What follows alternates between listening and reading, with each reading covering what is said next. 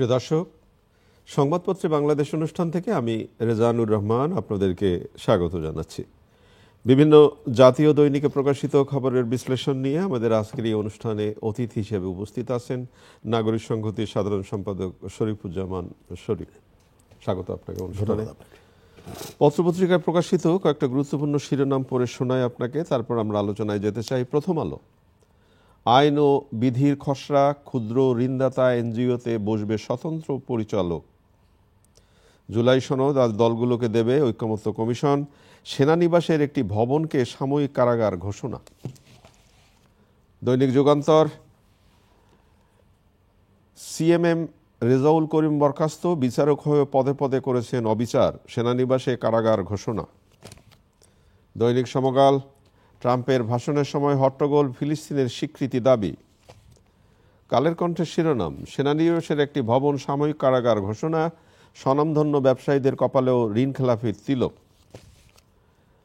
দৈনিক ইত্তেফাক, 7 কলেজ নিয়ে পক্ষে বিপক্ষে বিক্ষোভ, শিক্ষক হেনস্থা।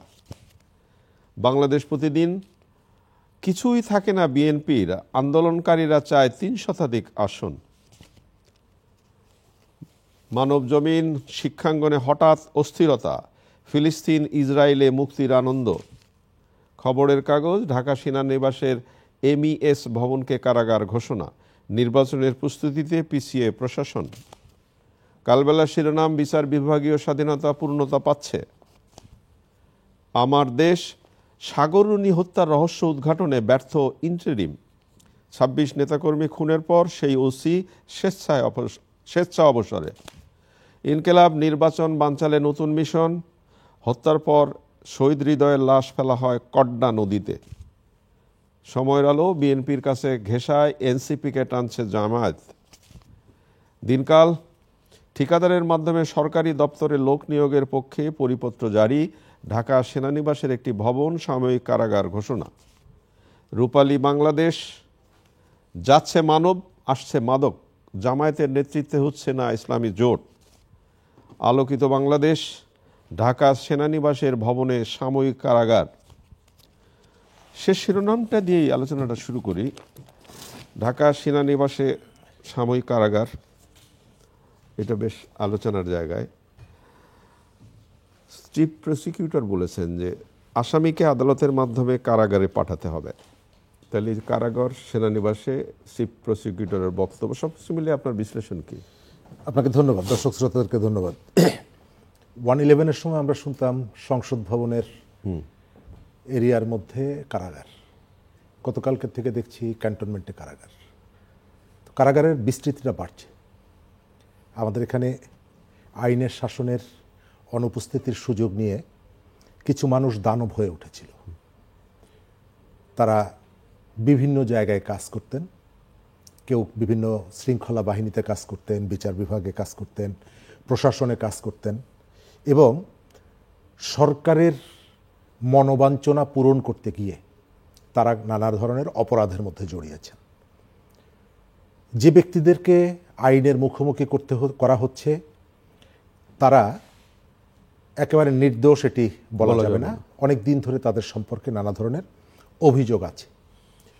তারা যে কাজগুলো করেছেন, এই কাজগুলো কি স্বতঃপ্রণোদিত হয়ে করেছেন নাকি সরকারের চাপে করেছেন, এটি আইনি প্রক্রিয়ার মধ্য থেকে আমরা হয়তো জানতে পারব।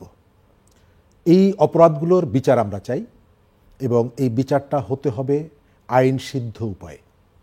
যদি এটি রাষ্ট্রের সঙ্গে সংশ্লিষ্ট কোনো ব্যক্তি বা গোষ্ঠীর মনোবাঞ্ছনা পূর্ণ করার জন্য এই বিচারটা হয়, তাহলে হয়তো এখন কেউ কথা বলবে না, ভয়ের কারণে, ভীতির কারণে কথা বলবে। আমাদের শৃঙ্খলা বাহিনীর বিরুদ্ধে শক্তি প্রয়োগের অভিযোগ আছে, অতিরিক্ত শক্তি প্রয়োগের অভিযোগ আছে, তবে এটি পুরো বাহিনীর অপরাধ সেটি বলা যাবে না। আমি একসময় ছাত্র রাজনীতি করতাম। আমি যখন ছাত্র ইউনিয়নের সভাপতি ছিলাম, আমার কমিটির সহসভাপতি এবং ওই সময় আমার খুব শক্তিশালী একটা ইউনিট খুলনা জেলা, ওই জেলার সভাপতি KM শামীম আক্তার, এবং রাজনীতি করতে গিয়ে কিছু কিছু সহযোদ্ধার সাথে খুব ঘনিষ্ঠ একটা সম্পর্ক গড়ে ওঠে না? শামীম ছিল আমার তেমনি। আমি খুলনা অঞ্চলে কোথাও রাজনৈতিক কর্মসূচিতে গেলে আমি শামীমের বাড়িতে থাকতাম। তো আওয়ামী লীগের সময় সেই শামীম গুম হয়ে গেছে, এখন পর্যন্ত তার খোঁজ পাওয়া যায়নি। আমি আমার এই রাজনৈতিক সহযোদ্ধাকে যারা গুম করেছে অবশ্যই তার বিচার চাই। আমি কুমিল্লা ক্যান্টনমেন্টে সোহাগী জাহান তনুও আমাদের বোন, সেই ঘটনার সাথে যারা যুক্ত অবশ্যই তাদের বিচার চাই, এবং সেটি বললাম আইনি পদ্ধতিতে। ইতিমধ্যেই সরকার কতগুলো উদ্যোগ গ্রহণ করেছে, যদিও বিচার ক্ষেত্রে উদ্যোগটা গ্রহণ করার কথা আদালতের। সরকারের একজন মুখপাত্র হঠাৎ করে যে কথাটা বললেন যে আর কারো বিরুদ্ধে গ্রেপ্তারি পরোয়ানা আমরা জারি করব না, এটি কতগুলো প্রশ্ন তৈরি করেছে যে বিচার বা গ্রেপ্তারি পরোয়ানা এই জারির ক্ষমতা একমাত্র আদালতের আছে। তাহলে আদালতকে সামনে রেখে সরকার কি এই বিচারটা করতে চাইছে কিনা? পুরো বাহিনী এই ঘটনার জন্য দায়ী না, নির্দিষ্ট কিছু মানুষ এটার জন্য দায়ী।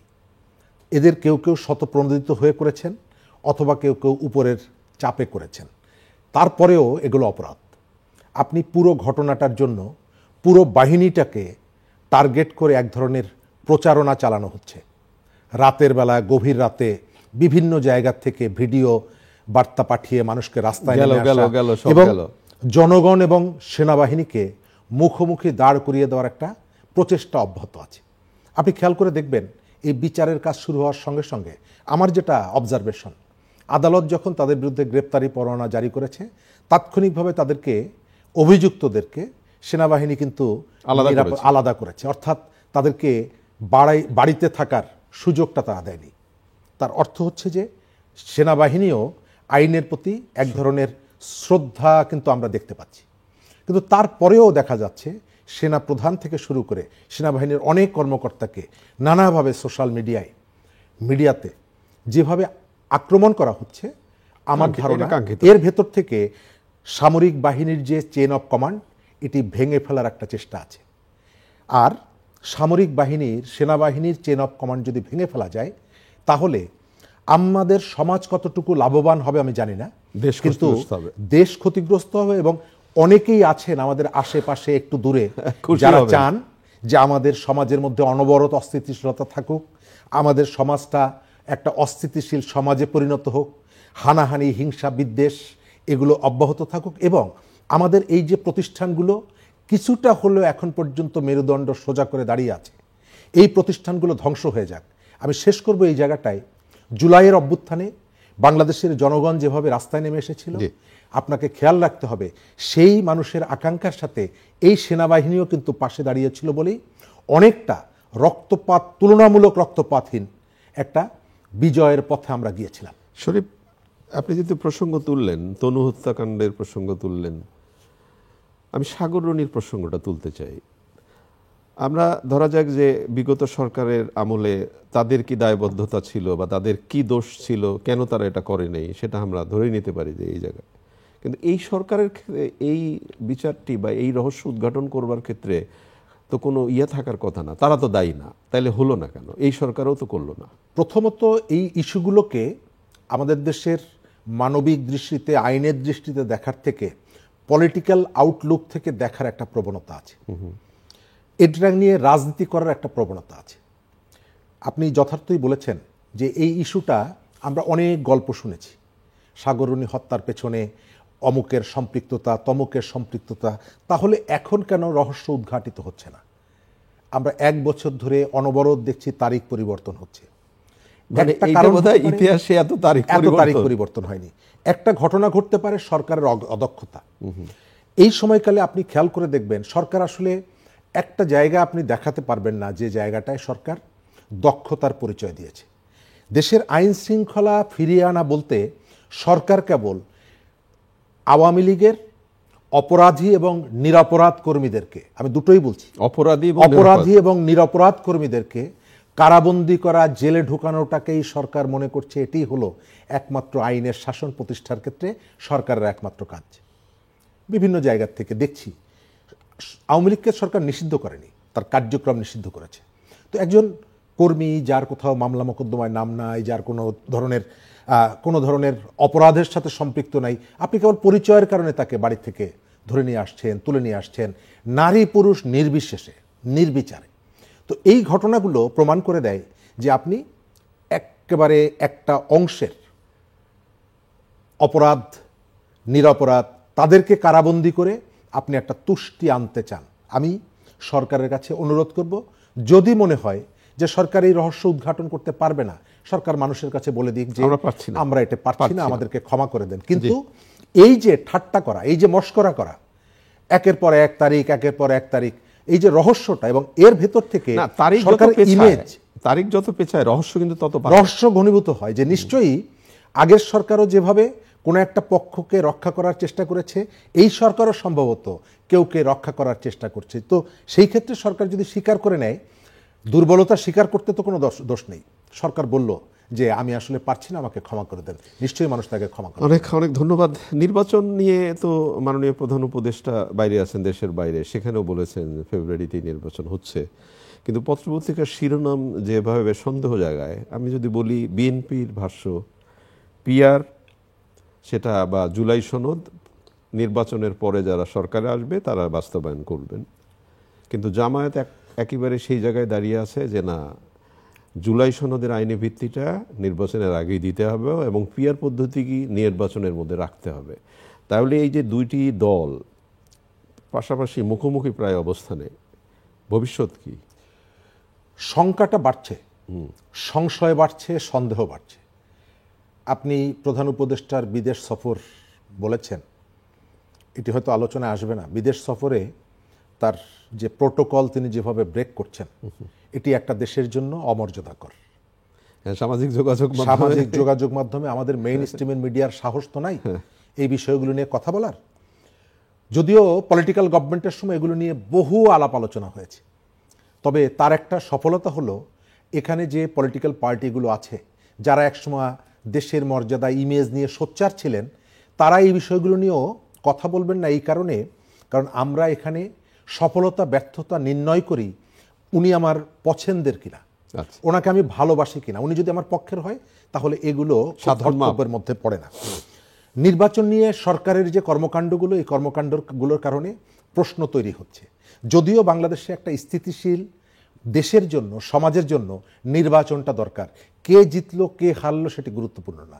গুরুত্বপূর্ণ জায়গাটা হচ্ছে যে একটা পলিটিক্যাল গভর্নমেন্ট সে সমস্ত সমস্যার সমাধান করে দিবে, আমি সেটি বলছি না, কিন্তু একটা জায়গা থাকছে যে আপনি বিপদে পড়লে আপনার এলাকার একজন মানুষের কাছে গিয়ে, প্রতিনিধির কাছে গিয়ে বলছেন, আপনার একটা সুযোগ তৈরি হচ্ছে যে আপনি আপনার কথাগুলো বলতে পারছেন। আর এইভাবে তো একটা দেশ অনন্তকাল চলতে পারে না, যেখানকার আইন শৃঙ্খলা, যেখানকার ব্যবসা বাণিজ্য, প্রত্যেকটি জায়গায়। গতকালকে মানুষের আয় কি বেড়েছে? গতকাল হঠাৎ করে সিদ্ধান্ত দেখলাম রাতের বেলায় ভোজ্য তেল কেজি লিটার প্রতি 6 টাকা বেড়ে গেল। অর্থাৎ যে পরিবারটা 5 লিটারের একটা তেল দিয়ে এক মাস চলত, তাকে 30 টাকা বাড়তে হলো। তো এর সাথে অন্যান্য উপকরণগুলো আস্তে আস্তে বাড়ছে। কিন্তু সরকার এই সময়কালে কতগুলো গুরুত্বপূর্ণ জায়গা, জনস্বার্থ ইস্যুতে যে সিদ্ধান্তগুলো, এই ব্যবসায়ীদের দাবি মেনে সরকার সিদ্ধান্তটা নিল। কিন্তু আপনি খেয়াল করে দেখেন, গত 1 বছর বা তার আগেও আলোচনা ছিল যে ইন্টারনেট ব্যবহারের যে সময়সীমা প্যাকেজের, এটি তো সরকারের 1-2 ব্যাপার। কোম্পানিগুলোকে ডেকে, তেল ব্যবসায়ীদের ডেকে তাদের সাথে বৈঠক করে সরকার যদি দাম বাড়াতে পারে, তাহলে ইন্টারনেট ব্যবসায়ীদেরকে ডেকে অযৌক্তিক যে খরচ বা তাদের যে অযৌক্তিক প্যাকেজগুলো আছে, সময়সীমা নির্ধারণ করে দিয়ে মানুষের পকেট কেটে নেওয়া, সরকার এটি বন্ধ করতে পারে? অবশ্যই পারে। তাহলে আপনি এর ভেতর থেকে বুঝতে পারবেন যে সরকারের আসলে টার্গেটটা কি।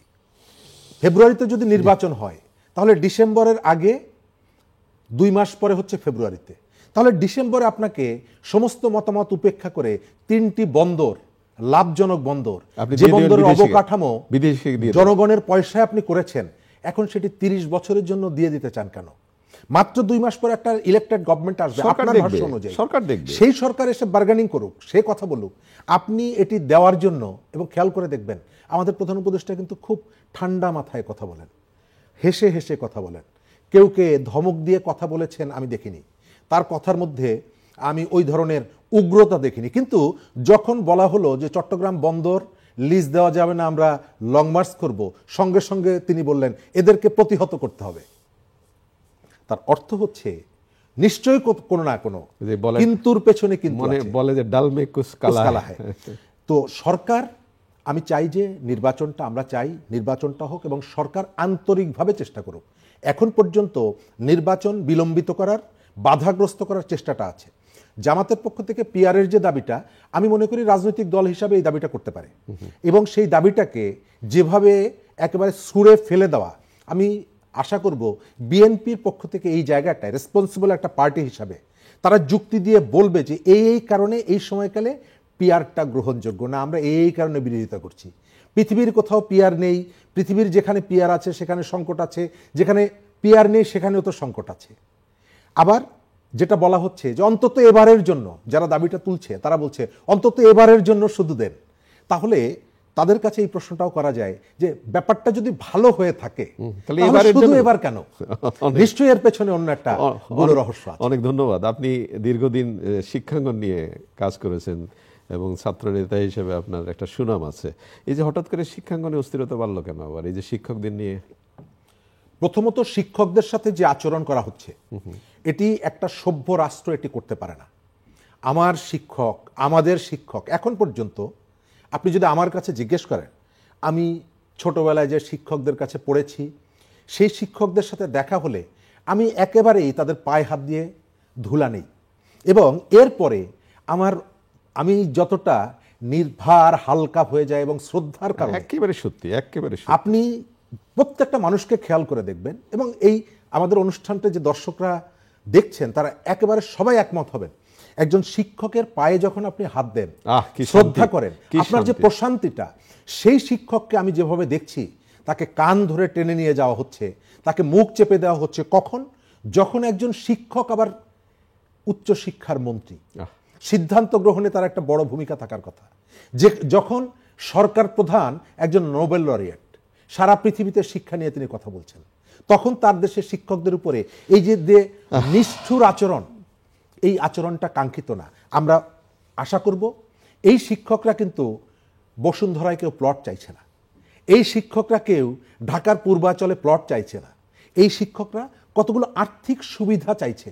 আপনার কোনো জায়গায় আর্থিক সুবিধা দিতে কোনো সমস্যা নেই, আপনি শিক্ষকদের বেলায় যে ধরনের কার্পণ্য করেন এটি অনাকাঙ্ক্ষিত এবং শিক্ষকদের উপরে এই নির্যাতন, এই দমনের সাথে যারা যুক্ত তাদের শাস্তি চাই এবং এই নির্যাতন বন্ধ চাই। অনেক ধন্যবাদ আপনাকে। প্রিয় দর্শক, আমাদের প্রিয় অতিথি যে কথাটি শেষে বললেন শিক্ষকদের ব্যাপারে, আসলে শিক্ষকের প্রতি যে লাঞ্ছনার ছবিটা আমরা দেখলাম, আসলে এটা কাঙ্ক্ষিত না। তাদের যৌক্তিক দাবির ব্যাপারে সবারই বোধ করি একটু সচেতন থাকা খুবই জরুরি। ভালো থাকবেন। আগামীকাল নিশ্চয়ই এই সময় আবার কথা হবে। খোদা হাফেজ।